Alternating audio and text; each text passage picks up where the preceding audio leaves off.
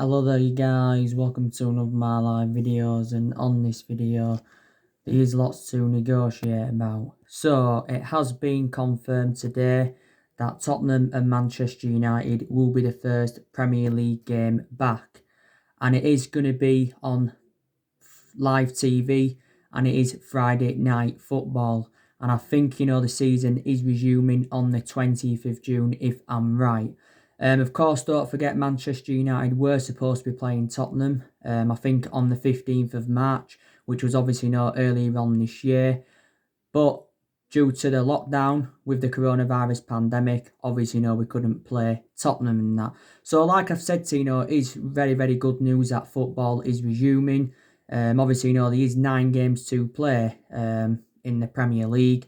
And, I think, Manchester United can get qualification for the Champions League for next season because as it stands at the moment, we are sitting 5th in the Premier League and we are 3 points behind Chelsea. By the way, I'm not too sure what's happening with the European games. The last time I read into that topic, it said that European games were going to be played in August and that. And I heard as well that the FA Cup games are going to be scrapped. But these 92 games to play in all competitions. By the way, the Bundesliga is starting this weekend, as you all know. Obviously, the other week Liga 1 got cancelled, but of course PSG got the title. Also, to the every device also got cancelled and that. So definitely the season is resuming and that. So Tottenham Manchester United I think is going to be on Friday the 19th of June. So that is very, very good news. Now, like I said, be very, very good game between us and Tottenham. Jose Mourinho reuniting again with Manchester United. Of course, Ole Gunnar Solskjaer has already beaten Jose Mourinho once this season because we did beat Tottenham earlier on in the season by 2-1 at Old Trafford. Of course, as well, we beat them last season by 1-0. So Solskjaer's beaten Tottenham twice so far as a manager, and he's looking to beat Tottenham for the third time, and he's looking to beat Jose Mourinho for the second time in a row. Now, obviously, we are returning to training next week, the 18th of May, which I think is a Monday. Like Solskjaer confirmed, we have got a fully fit squad for when the season does resume. So obviously, Marcus Rashford's going to be back. Marcus Rashford, of course, has been out with a back injury since January. Obviously, like he updated you yesterday, it said that Marcus Rashford was back at Carrington. He was back at Carrington, stepping up his fitness regime. And I think now Rashford is around 80% fit. But he did confirm that Rashford, in the last fortnight, has visited Carrington twice in a week. Because obviously, he has been getting treatment and that. But it will be good to see Marcus Rashford back in the team. Because like I said, Rashford's one of our best players. And he was one of our best players early on in the season before he got injured. He sustained that back injury in our 1-0 win against Wolves in the FA Cup third round, replaying that. So there you go. Obviously, as well, we are going to see the return of Paul Pogba, which is obviously very, very good news. Like I said, Paul Pogba has been stepping up his fitness regime. Paul Pogba's only played 8 times this season for Manchester United. His appearances have been limited due to his injuries and that. The last time Paul Pogba played for the football club was in our 4-1 win against Newcastle on Boxing Day, and the last time he started from the start was back in September. And like I've said to you, Paul Pogba is going to be staying at Manchester United next season, but not too sure about the foreseeable future. I've been keeping you up to date anyway with what's been going on with Paul Pogba recently. Obviously, you've had Luke Shaw coming out giving his verdict on Pogba, and he said, he's really, really difficult, to get the ball off in training. Obviously, Daniel James said, with Rashford and Pogba, coming back, Man United can, challenge or even win the title next season because they've both been very, very big misses. Obviously, it confirmed that Juventus are now no longer in for Pogba recently because, obviously, Juventus have become the first Italian club to have their own cap salary, so they're only willing to give contracts in the region of around £151,000 per week. And plus, Juventus can't afford to pay the £100 million, and obviously, they can't afford to pay off his wages. So there you go. And swap deals have been on the agenda. There has been actually talks today saying that Juventus are willing to offer us cash for Pogba plus Federico Bernardeschi as part of the deal. Obviously, there's been talks of Rabiot recently, Douglas Costa, Janik, because it said that Juventus are willing to offer up to 3 of their players for Pogba. Also, to Aaron Ramsey was mentioned as well. And like I said to you, if Paul Pogba does leave Manchester United, maybe in next year or two, I think he will make a return back to Juventus because it's his former club where he did enjoy 4 good years. Real Madrid were relentlessly linked to him, but it's been confirmed now that Real Madrid are no longer in for Paul Pogba due to his wages and that. So there you go. So it will be good to see him back, Paul Pogba, and I'll be really, really excited about the prospects of him playing alongside Bruno Fernandes in our midfield because Pogba and Bruno Fernandes have not yet had the chance to play together in our midfield and that. But like I've said, we've had a lot of injuries anyway, since the start of the season. And this is why, we've had to make a lot of rotation. Don't forget, we had Eric Bailly out, for a while, because he sustained an injury, knee injury in pre-season. Obviously, came back in January, did Eric Bailly, of course. That's my only element of concern about Bailly, is that he's very, very injury prone. But prior to that, very, very good centre-half. Diego Dalot, he sustained a couple of injuries this season. You had Luke Shaw. He missed large portions of the first part of the season. He was out for a good couple of months, but, when he came back before the season got suspended, Luke Shaw did very, very well. Don't forget, we had Anthony Martial out with injury as well. He sustained quite a few injuries this season as Anthony Martial, but I've got to make an admission, Martial rejuvenated himself, when he came back. And like I said, he's on 16 or is it 17 goals this season, Anthony Martial. Of course, he has been playing in that central role this season. I think he'll stay in that central role. Rashford will obviously go out wide because he's more effective from that wide position. But Martial does predominantly play out wide anyway. Obviously, McTominay was injured earlier on in the season. I think Bataki, had an injury as well. Tuanzebe, he was injured earlier on in the season. What other injuries have Manchester United had? I think Mason Greenwood had the illness as well early on in the season. So we have had a lot of injuries this season. So it's very, very good now that we're going to have a fully fit squad. As for Tottenham, I think they've got Kane. They're going to have Kane and Heung-min Son back, who are 2, imperative players for Tottenham. Obviously, I think we can still beat Tottenham even with Harry Kane and Son, fully fit. Obviously, Kane had been out with a hamstring injury since January. Don't forget there was obviously speculation, was it a month or 2 months ago now? Obviously, saying that Harry Kane could leave Tottenham if, Tottenham don't match his ambition, and Harry Kane has revealed his ambition, and his ambition is to win silverware, is Harry Kane's. And obviously, he hasn't experienced any of this at Tottenham, and Harry Kane has been at Tottenham, for several years, and he's been their senior squad since 2011. I think Kane has got 181 goals in all competitions, so he's like Tottenham's 3rd highest goal scorer in their history. But Kane did say he will leave Tottenham if he feels as though the team are not progressing, and he did say he will not stay at Tottenham for the sake of it. Now, we went in for Harry Kane, don't forget, a month or so ago now. We first expressed our interest in Harry Kane back in 2015, back under Louis van Gaal and that. Obviously, Tottenham came out and quoted out what they wanted for the player. They said they wanted a world record fee of £200 million if they were willing to let him go, because I think it did mention at that point that Tottenham, if they are, I think they still are, still paying the loan for their £1 billion stadium. I think, they owe transfer fees out as well. So this is why they probably said they wanted around £200 million for Harry Kane. Like I said, £200 million is far too much for Harry Kane. Obviously, Harry Kane's got a contract with Tottenham until 2024, because obviously back in 2018 he had signed a 6-year deal with them. So obviously it says City and Juventus were in for him as well a couple of months ago. Real Madrid were, but they dropped their interest in that. But there you go. But don't forget, Daniel Levy's a hard negotiator when it comes to trying to recruit any players from Tottenham, but a very, very good businessman. Don't forget we've done business with Tottenham before. We got Berbatov off them. We also got Michael Carrick off them, and Michael Carrick enjoyed, 12 years at Manchester United. So there you go. And that. I just need to, where's it go away there? I just need to shut this window.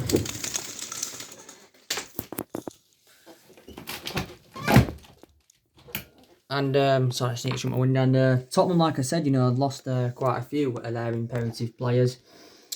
Obviously, back in January, they lost Danny Rose. He went out on loan to Newcastle. They lost Christian Eriksen. He went to Inter Milan after he endured 7 years with Tottenham. Did Christian Eriksen. Obviously, lost Bale back in 2013. Lost Luka Modric as well. So in recent years, Tottenham, have lost quite a few of their imperative players and that. So yeah, and Tottenham, I think, have had other injuries, than Harry Kane and Heung-min Son, but I probably presume that Tottenham will have a fully fit squad. Don't forget they had Loris out as well. I think at one point they had Ryan Sessegnon out with injury. So there you go. And like I said, Tottenham made a mistake by recommending Jose Mourinho in. They really made a big mistake by that because, like I've said to you, Jose Mourinho has passed his sell-by date as a manager. Even he has got a good pedigree behind him, and he was a great manager back in the day. Reflects on the amount of silverware he won, but he's no longer a good manager now. He's got a bad reputation with top players as well. Don't forget, because Jose Mourinho endured 2.5 years with us. Did win 2 trophies in his first season at the club, the Europa League and the League Cup. But it just didn't work out for him. I've already given you the main explanations why it didn't work out under Mourinho is because he had bad disputes with the board, bad disputes with the top players and that. And the board basically, just weren't backing the signings that he wanted to recommend into the football club. Jose Mourinho recommended 11 players in at Manchester United in his 2.5-year spell with us. And obviously, he brought the likes of Lukaku in, Mkhitaryan, Sanchez, Ibrahimovic, Pogba, Lindelof, Bay, Delors, Lee Grant, Fred, Matic and all that. So yeah, so he brought a hell of a lot of players in, did Jose Mourinho. And there's still a lot of the players here from the Jose Mourinho era. There's only a few, I think, that have departed, who Jose Mourinho recommended into the football club. So what I think Tottenham should have really done is, they should have stuck with Mauricio Pochettino. Obviously, Mauricio Pochettino endured 5.5 years with Tottenham. Obviously, hasn't won out in terms of silverware, so that's the element of concern regarding Mauricio Pochettino. But he still did very, very well at Tottenham. Tottenham were competing in and out of the top 4 in the vast majority of his tenure. I think the closest Tottenham came to winning the league was back in 2016 when Leicester City had won it. Obviously, don't forget Pochettino got Tottenham to their first ever Champions League final last season. So Tottenham made a big mistake by getting rid of him. Where are they in the league, Tottenham? Not too sure. They're like 6th or 7th or something like that.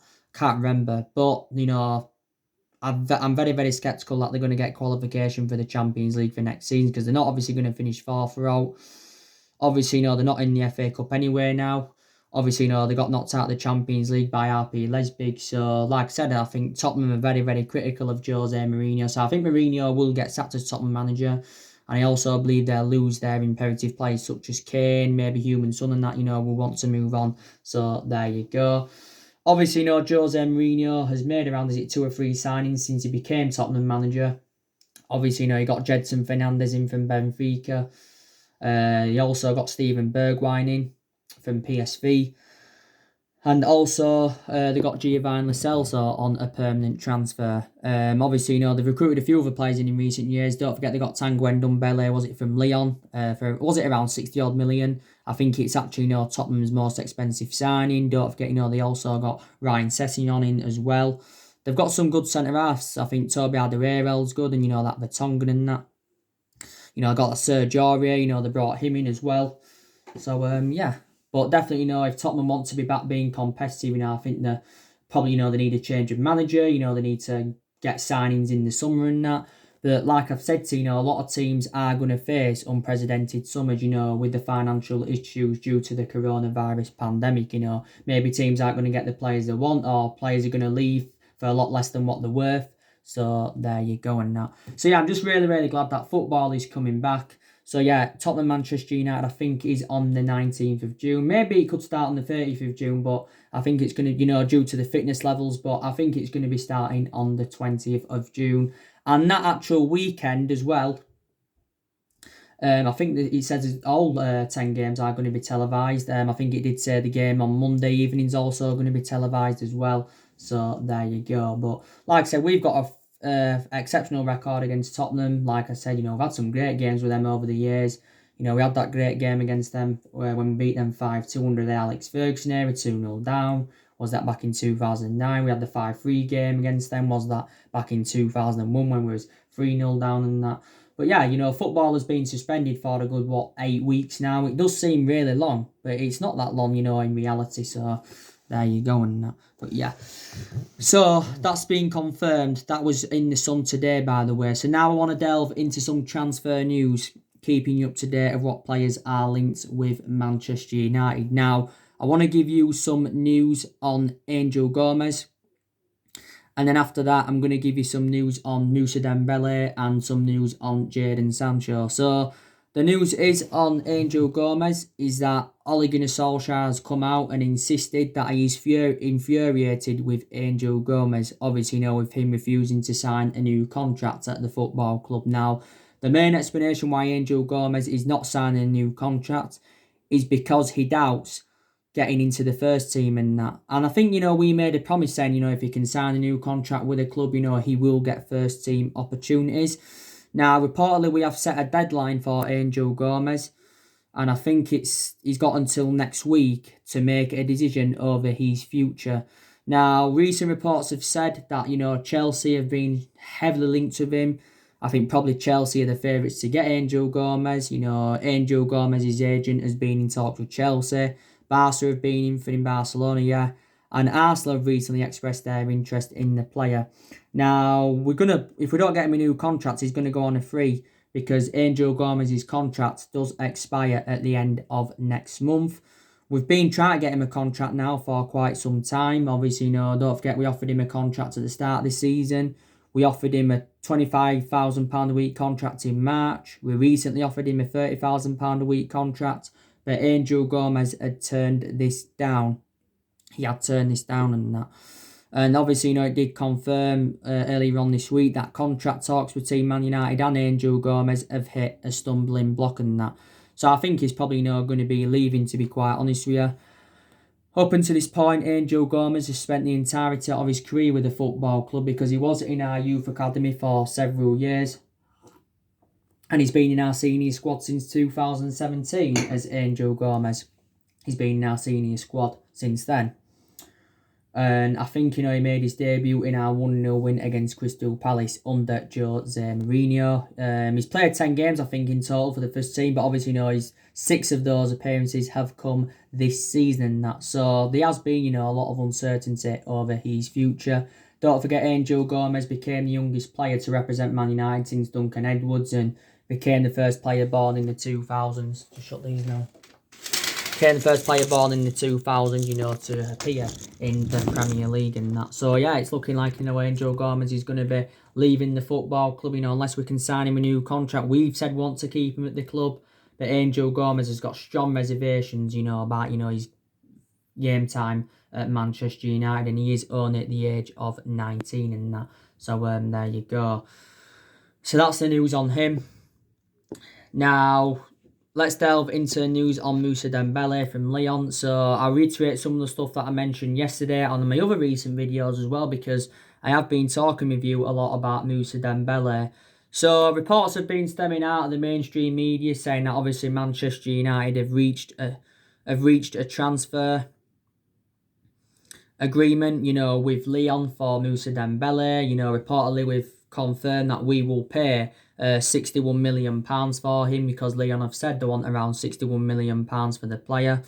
Obviously, you know, Moussa Dembele revealed anyway that he does want to make a move to Manchester United because it came out the other week saying, you know, that Moussa Dembele will find it hard to reject a move to Manchester United. And the Lyon president even came out and he actually said that, you know, Moussa Dembele may have to be sold this summer, and he also put their other players into the equation as well. I'd definitely take Moussa Dembele at Manchester United because I think he'd be a very, very good signing. You know, do you think he's as good as Rashford? Do you think he's as good as Anthony Martial? Like I said, you know, I think one of the beneficial things about us recommending Moussa Dembele is that he's proven in the Premier League because don't forget he's a former Fulham player. He began his senior career with Fulham. Obviously, you know, he was in Fulham's senior squad for a good 3 years, but for Fulham, he scored 19 goals in 64 competitive matches. And yeah, Obviously, after Fulham, he went to Celtic. He scored a good 52, or was it 51 goals in 94 appearances for them. And now, obviously, he's at Lyon, and this is now his second season with Lyon. Lyon did pay around £20 million to him from Celtic in the summer of 2018, and he scored 42 goals in 88 games for Lyon as Moussa Dembele. It also mentions that Chelsea have expressed their interest in him, but there again, I think he's going to be good. He'd be a good adequate replacement for Romelu Lukaku. Don't forget, we let Lukaku leave the football club last summer. He went to Inter Milan for 72 million. Lukaku endured 2 years at Manchester United. So there you go. But yeah, so I think if recent reports are to be believed, we're gonna be getting Moussa Dembele on the board. Obviously, we need a striker now anyway because there is a lot of uncertainty over Odion Ighalo's future. I do expect Odion Ighalo to make a return. To Shanghai Shenhua because Shanghai Shenhua did confirm that they expect Odion Ighalo, to return in time for the Chinese Super League season, which I think starts in July. Odion Ighalo did say though he wants his loan extended at Manchester United, but don't forget it came out earlier on this week saying that if we want to get Odion Ighalo on a permanent transfer, we will have to pay £20 million because obviously at the moment we've got him on loan. We've paid around £4 million to get him on loan, and we are paying is it a third of his wages or something like that? Because his wages at Shanghai Shenhua are like £300,000 a week. And Odion Ighalo's loan at the football club does expire at the end of this month, don't forget. But I've got to say, he's been a good cover-up to Marcus Rashford. So probably we're not getting Ighalo on a permanent transfer. There's been a lot of strikers on our agenda. Like I mentioned to you this morning, there's 5 Bundesliga players that could come to United. But the strikers that have been on our agenda is Haaland, Timo Werner from Leipzig, but I don't see us getting Werner. Obviously, I give you the news regarding Lautaro Martinez earlier on this week from Inter Milan. So yeah, there's been a hell of a lot of strikers on our agenda. Now let's delve into the news on Jadon Sancho. There's huge developments on Jadon Sancho. So the news is on Jadon Sancho is that the Borussia Dortmund managing director has come out and said that, he hopes that Borussia Dortmund can keep Jadon Sancho in Germany. He also wants to keep his other players in Germany as well, does the Borussia Dortmund managing director. Obviously,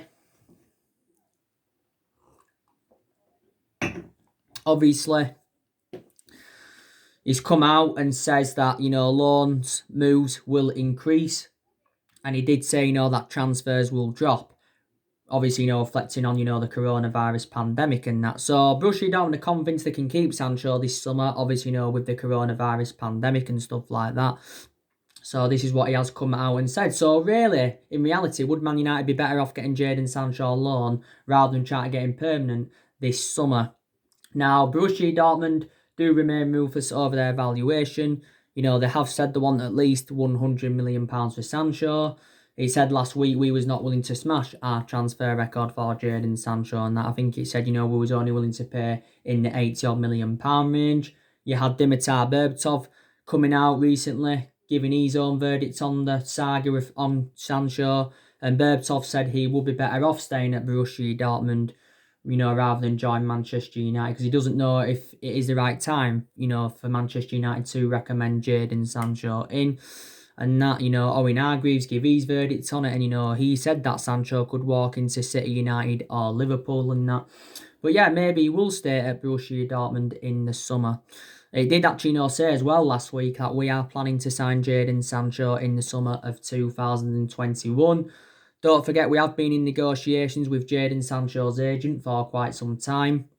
We've been in negotiations with his agent because Fabrizio Romano confirmed this. And we've also been working on his contracts for quite some time. Rashford did reveal earlier on in the season that he wants Jadon Sancho at Manchester United because they've got a very, very good friendship and all of that. Don't forget, it did say that we're willing to offer Jadon Sancho the number 7 as well, because obviously, we've got number 7 vacant at the moment. And we said we've had a lot of good number 7s up and down the generations. But, like I said, if Sancho is sold this summer, Manchester City will benefit from it because it did say, City do get around 15% of the transfer fee. Sancho's well proven in the Premier League because he's a former Man City player. He did enjoy 2 years at Man City, but the main explanation, why he left Man City, because he didn't get enough first team opportunities. Obviously, he began his footballing career in London because he was at Watford for several years, was Sancho. And he said the other week, that if his preference would be a transfer back home to London. If he goes back to London, I definitely think he will go to Chelsea, will Jadon Sancho. Sancho still got a contract with Dortmund until 2022 and this has been his third season with Borussia Dortmund, and he's predominantly a right winger in that. So yeah, this is what the Borussia Dortmund managing directors come out and said. Obviously, the coronavirus. Obviously, he was talking about transfer fees being dropped, and obviously the loan moves will be increased. There'll be more loan moves than permanent moves. So there you go. Obviously, if we don't get Sancho, though, I think there's been a few alternatives on our agenda, to get Sancho. A few alternatives on our agenda in case we miss out on Jadon Sancho. There's obviously, just been talks recently about Rabbi Matonda from Schalke. He's been mentioned now. Rabia Matonda. I think this has been his first season in the senior squad, by the way, with Schalke. I think he's got a contract with Schalke till 2023. He says that Man United have expressed an interest in him. He's 9. I think he's 19. He was born in Liverpool, by the way. Obviously, began his youth career with Cardiff. Then, obviously, went to Manchester City. He was in Manchester City's youth setup as well for a good 2 or 3 years. And obviously, Schalke got him from Man City. I think Schalke paid around £11 million to get him from Manchester City in that. And he is predominantly a winner. So is Rabia Matonda a good alternative to Jadon Sancho in that? So let me know. So yeah, so that's the latest on all of the transfer news. Don't forget, like I updated you the other day, we have revealed our plans for the summer transfer window. We want to make 3 big signings this summer. And the 3 players, like I've said to you, we want to recommend in are Sancho, Bellingham and Jack Grealish. Like I've said to you, they're going to cost us around 220 million because Sancho costs us at least 100 million. Bellingham will cost us from 30 to 35 million pounds, and Grealish will probably cost us 60 or 70 million, providing that Villa don't get relegated. If Villa get relegated, then maybe we'll get Grealish for around 50 million pounds. So they are our number 1 priority targets. And don't forget, Solsjaker still wants to continue the policy of recruiting young British talents to Manchester United like he did do last summer and that. Don't forget, Ole Gunnar Solskjaer made a key transfer statement last week. He made a key transfer statement.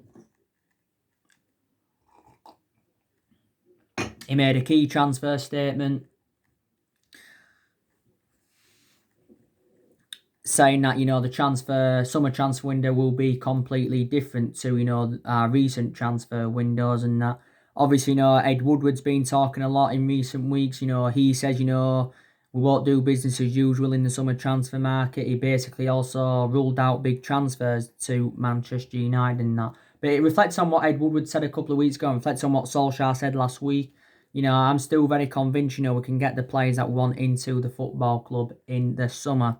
Because I think, we do need around 3 or 4 signings if we are to become title contenders next season. And Solskjaer's already identified the areas in the squad where he does want to strengthen up. Don't forget, he also said he will not force players to return unless it is safe to do so and that. So there you go. But like I said to Solskjaer will be definitely Manchester United manager next season.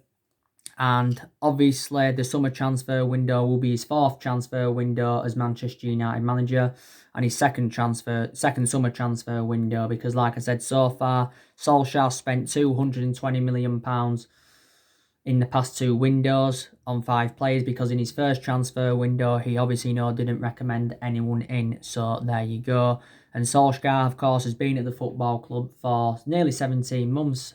So he has been at the football club over the years, including the 3 months, of course, when he was the interim manager and that. Like I said to you, we're planning on getting rid of players this summer as well. We are going to get rid of around 5 or 6 players this summer. Yes, we definitely are. We're going to get rid of Jones. We're going to get rid of Pereira. Lingard may stay for another season because there was talk saying that we are going to extend his contract for the 3rd year because there's an option to do that. Sanchez, I think he'll get loaned back out because we won't be able to get rid of him permanently, reflecting on his substantial wages. Delors could possibly go as well. Delors could possibly go. Angel Gomes, he's also on his way out as well. We'll get rid of Smalling and Marcus Rojo on permanent transfer. So yeah, we'll get rid of more of the deadwood because there is still deadwood at the football club. But to be fair, Solskjaer has got rid of a lot of the deadwood since he got recommended in to the football club. And, like I said, so I have taken positives so far from Ole Gunnar Solskjaer's tenure. Like, he's promoted the youth well. The young players have been given their opportunities. Also, to was in a good vein of form before the football season got suspended because we are unbeaten in our last 11 games in all competitions. Our record against the big six sides this season's also been very, very good. And there you go. And I think there's still things Solskjaer needs to work on, like I've mentioned on my recent videos. I've already explained that to you. But when the season does resume next month, Solskjaer's going to be under pressure to keep this good run of form up. But Ed Woodward is willing to back him, like he's said on, quite a few occasions this season. He said his job's safe. And, he's willing to back him in the summer transfer window, even though we have enjoyed our worst start ever to a Premier League season and that. But like I said, not all of the blame stems from Solskjaer this season. We've been very, very critical of Ed Woodward. We've also, had a lot of doubts about the club's ownership, the Glazers. So there you go in that. But even though we have been playing catch up for the last 6 or 7 years, we are still one of the biggest clubs in the world with a fantastic history and fantastic fan base, most successful team in England and that. So there you go. Solskjaer's our fourth manager since Ferguson left because we've sacked 3 managers since the Alex Ferguson era. Of course, Moyes went, Van Gaal went, and Jose Mourinho went. So let's just put that into the equation. And by the way, I think there's around 8 or 9 players' contracts that are due to expire next year as well. Wanted to put that into the equation, so that's something else we do need to address. I don't know if Solskjaer's a foreseeable future for us. See what happens next season. If it doesn't work out, then I would get rid of him. But it is a transition period, and Solskjaer is hopeful, that we can get through this transition period. But it's been a transition period, for quite some time now, let's be honest. And like I said, the longer he remains in the Man United job, he's going to, work out, what to do. He's obviously going to gain more managerial experience as well to go along with it. So there you go on that. So yeah, so that's everything to update with. So it's been confirmed when we're going to play Tottenham. It's the first game back in the Premier League and all the transfer news. So anyway, guys, drop your comments, likes below on the channel. If you do, consider subscribe as always and take care. God bless. See you all again very, very soon. Thanks for watching.